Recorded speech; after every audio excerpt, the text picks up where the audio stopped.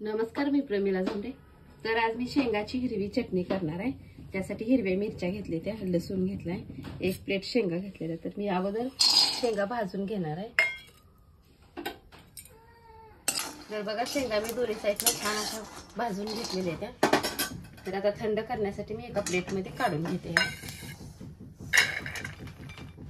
तोपर्यंत आपण काय आता हिरवी मिरची भाजून घेऊया। हिरवी मिरची भाजायच्या आधी मी काय 1 चमचा जिरे भाजून घेते आणि 1 चमचावर धनायचा, दोन्ही मिक्स करून भाजते अगोदर।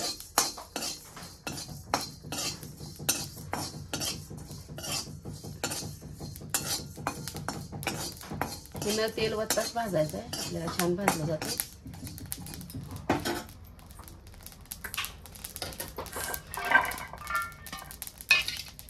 आता ही पण छान भाजून झालेलं आहे, ह्याला पण एका प्लेटमध्ये काढून घेतलं।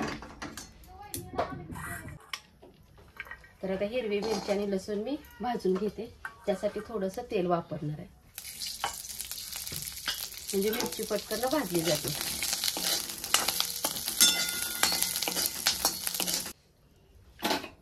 हिरवी मिरची आणि लसूण छान मी भाजून घेतलाय।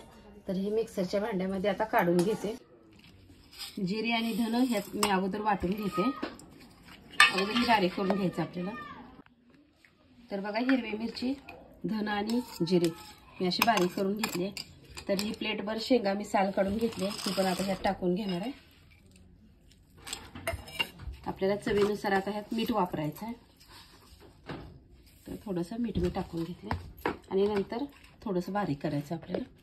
तर बघा, असं मी जाडसर असं शेंगा ठेवल्या, त्या कूट शेंगाचं, जास्त पण बारीक नाही केलेलं। आणि अशीच हिरवी चटणी खायला ही छान लागते।